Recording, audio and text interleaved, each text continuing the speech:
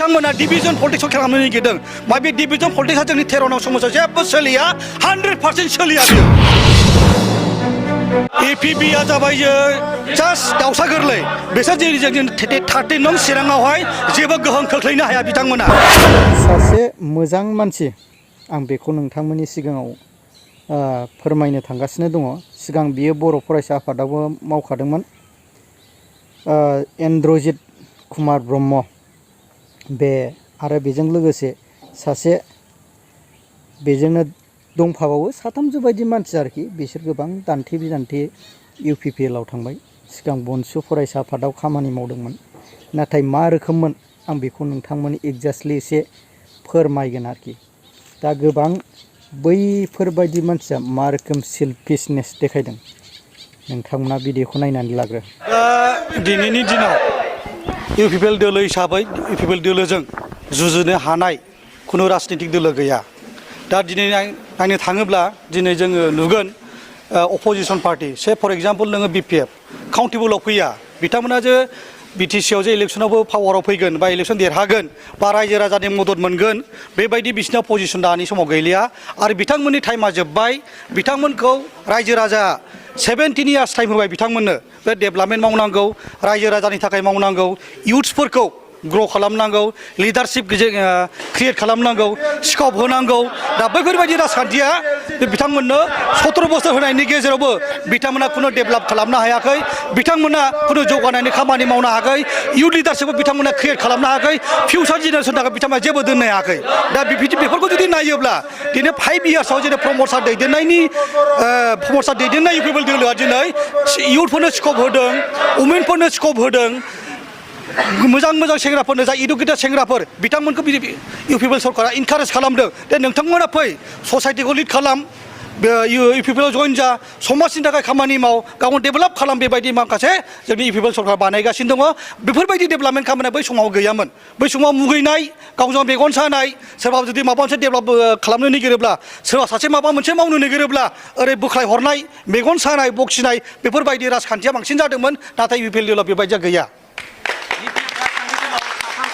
गोख्रों बुंथिगिरि दङ बिथांमोना फिउचारनि थाखाय माबोरै खालामगोन होनना सानो जे बिक्रम दैमारि कास्टम प्रहलाद बिथांमोननि सायाव मा फोरमायगोन जेराव जागायनायनिफ्राय जोबजासिम बिथांमोना दान्थे बिदान्थेजों फोजोबगोन होनना फोरमायो बिथांमोनखौथ' मा बुंनो आङो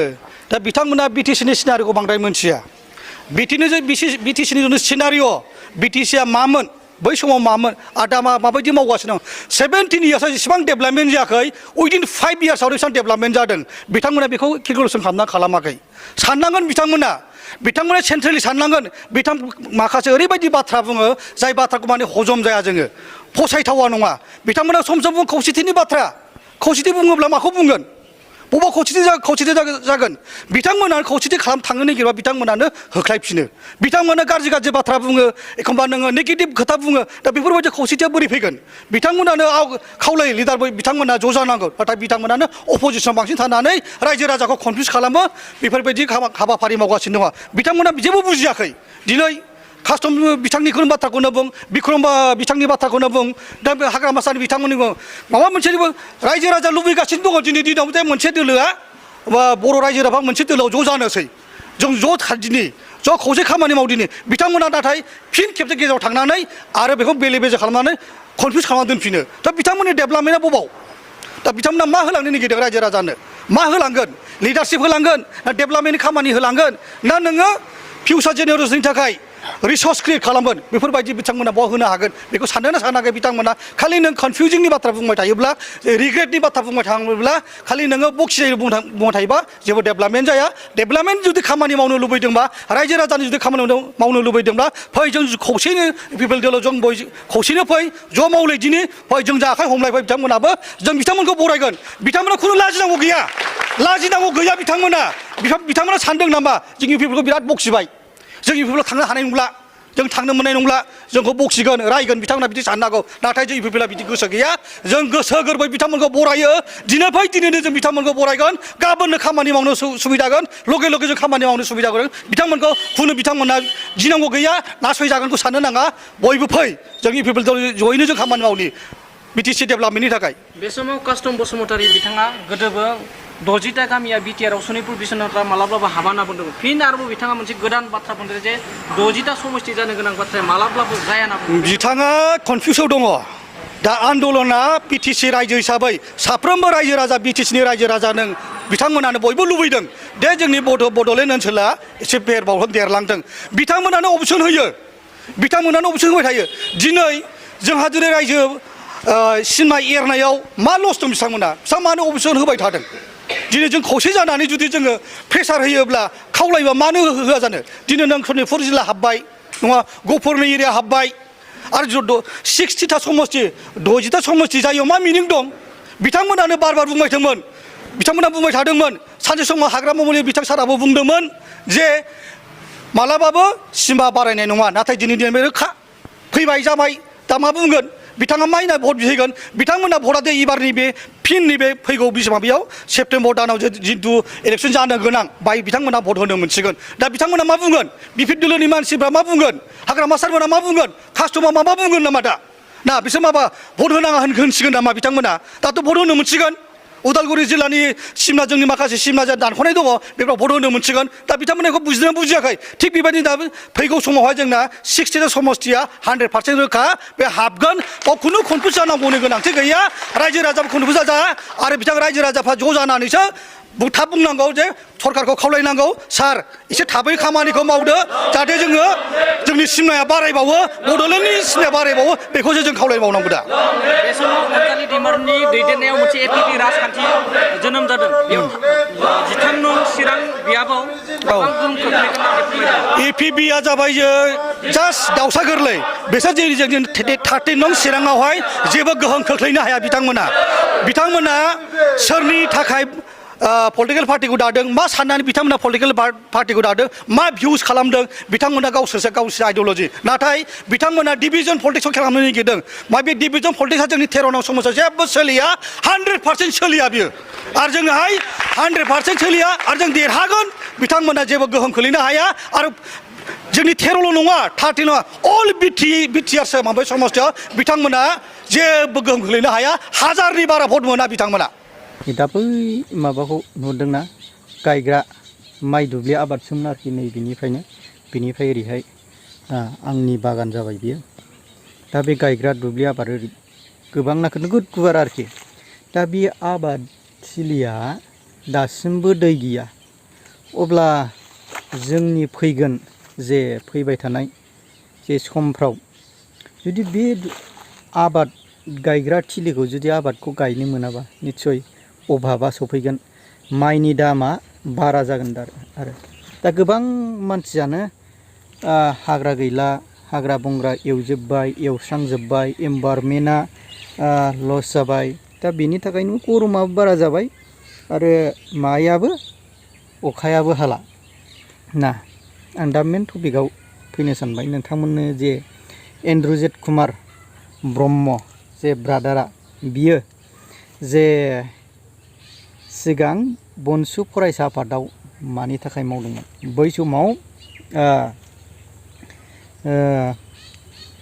जेब्ला माया सरकाराव गैखाला बिपिएफआ सरकाराव गैखाला सरकाराव गैयैयाव सरकाराव थायैयाव बर' फरायसा आफादाव जेन'बा मावनानै थाथ'नोसै मावनानै थानायाव माखासे बिसिनि जे सिङाव केलेंकारि जानाय बा बबेबा मोनसे आफादजों थांनो लामा लाबाय थानाय दा थिग बेबायदिनो चन्दन ब्रह्म जे मिनिस्टार खेबथाम मिनिस्टार जाबोनाय आसामनि मिनिस्टार जाबोनाय दा बेनिनो दा आं माखासे नामखौ बुंला सानैसो बायदि दे बिनिनो बियादै दङ अशक कुमार ब्रह्म बे ब्रादारा जे थांबाय बियादै असेखा आरोखि दे बेजोंनो माखासे जे चन्दन ब्रह्मनि माखासे एसे एनकारेजमेन्टआवबो माखासे बनसु फरायसा आफादा जेनो दाजादोंमोन थिग बेबायदिनो बनसु फरायसा आफादाव थाबाय मावदो मोजाङै मावदो बेबायदिनो माखासे सिंजों जे बिसोरनि मावनाय जे इनद्रजित कुमार ब्रह्म जे बे ब्रादारनि मावनाय बेनि मावनाया जेन'बा रायजो राजानि सायाव सिगां बर' फरायसा आफादाव मावबाय बियो बुंफ्लानाय बायदि मोनसे जेने बिबानखौ लानानै बबेबा मोनसे मायाव बिबान जुदि मोनफैयोब्ला बैयाव बे बिबानखौ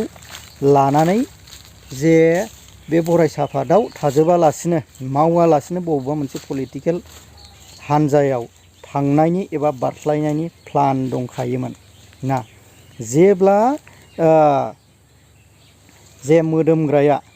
चन्दन ब्रह्म जे सारा जेब्ला UPPL आव थांबाय, बै UPPL आव थांबाय, बे थांनाय लोगो लोगोनो नुस्लाब मोनै माब्लाबानो बिसोरबो थ्रोब। बिनि थांनाया मा रोखोम? जेब्ला चन्दन ब्रह्म सारा जे टिकेट मोनगोन, जेब्ला टिकेट मोनबाय अब्ला टिकेट मोनबा बेहा मोनसे बिबान, जे बिबान मोननायनि मोनसे प्लान दंमोन आरोखि। बे बिबाना जाहैबाय बेनि चन्दन ब्रह्म सारनि PA जानायनि प्लानमोन। अब्ला रायजोफोर बेबायदि मानसिखौ मा बुंगोन? फोथाय खेबस' बुङा होमबा ना रायजोफोर? बेबायदिसोमोन आरोखि। बिनि मेन जे पारपास थांनाया जे बे बिबानखौ डाइरेक्ट जेबो रेजिगनेसनबो होआ, जेबो होआ, डाइरेक्ट लेटारबो होआ, डाइरेक्ट बनसु फरायसा आफादखौ बेबायदि मोनसे फरायसा आफादखौ नागारनानै डाइरेक्ट थांदों। बेनि मावनाया बर' फरायसा आफादाव जे थैहाब थांहाब मोनसे गावनि जिउ एबा जे जाथिखौ बासायनो थाखाय बेबायदि मावनायनि प्लान गैखायामोन। अब्ला बेबायदि मानसिखौ मा बुंगोन? जे सिगां गोथाव गोथाव बुंबाय, जानला मोनला बुंबाय, बिदिनो थांबाय। दा बेखौनो APB खौ गोबां माबा बाथ्राजों सोंखारिदों। देरहाया, नोंसिनि 13 देरहाया जानो हागौ हय, बबेबा जेनो बबेबा समस्थियाव बबावबा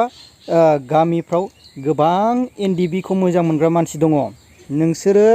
माबायाव थानानै गामि सिङाव थानानै मोजां न'खरनि मानसि जानांगौ। नोंसोर खोला थानाय जोंनि सा एरियाजों फैनायमोनसाय गोदो जों मोनथिगौ। बे 1995 फ्राव बै समाव BTC जाथ'वाखैमोन ना, BTC जाथ'वाखैमोन। BTC जाथ'यै समाव मा रोखोममोन? BSC नि समाव एसे जोंबो उन्दै समाव जों मिथिगौ।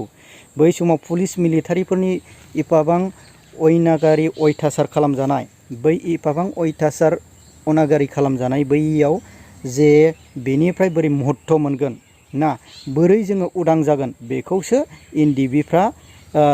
जोंनि बर' हारिखौ लाखिबोदोंमोन। जे NDB नङामोनबा जों माखासे जे मुस्लिमफोरनि अयथासार अनागारि जानाय, दा माखासे बर'नि हाखौबो सेनाय, बै समाव सावथालजों बर'जों दावहा जादोंमोन, बेयावबो NDB फ्रासो दमन खालामनांदों। नोंसोर मा मिथिगोन? नोंसोर हजों मोजां मोजां टाउन एरियाफ्राव फरायनानै मोजां मोजां न'खरनि मोजां मोजां बिमा बिफानि माहाजोन धोनिनि फिसा जानानै नोंसोर बहा मोनथिनोलै सा एरियानि गामि एरियानि माबा जे संसार जानायखौ बेसेबां आर्मि पुलिसजों बुजादों, मोखां बुजादों, सोबा जादों जोंफोर ना। अब्ला NDB फ्रासो मोजां परिबेसखौ लाबोआखै नामा? मानि APB खौ मैया दाख्लैसो मोजां रायज्लायफानानै मानि एफाबां पलिटिकेल खालामहैनाय बेलाय? नोंसोर बायदिया फोथाय खेबस', बेबायदि फोथाय खेबस' मानसिखौ लानानै दा UPPL आ जे बिसोरबायदि मानसिखौ नाय, सोरजोंबा रायज्लायफ्लानानै बा बबेबा मानसिखौ जों मोजां जाफ्लानानै जेब्ला चान्स मोनो बैयाव थांनानै बेबायदि मानसिया मा फोथायजाथाव? नोंसोरखौ जेनेबा प्रमद बर' सारमोनखौ फाननोसो थांदों बेफोरबायदि मानसिया ना रायजोफोर। अब्ला बेबायदि मानसिखौ मा बुंगोन? दा फैगोन जे BTC बिसायख'थि, दा APB खौ मोजां मोनग्रा गोबां मानसिफोर दङ। रायजो राजाफ्रा APB खौ सापर्ट खालामनो 100% सैथो जों मोनथिगौ। नोंथांमोना नायबाय था ना। अब्ला रायजोफोर दे आंनि चेनेलाव जायफ्रा गोदान बेयो साबस्क्राइब खालामनानै लादो,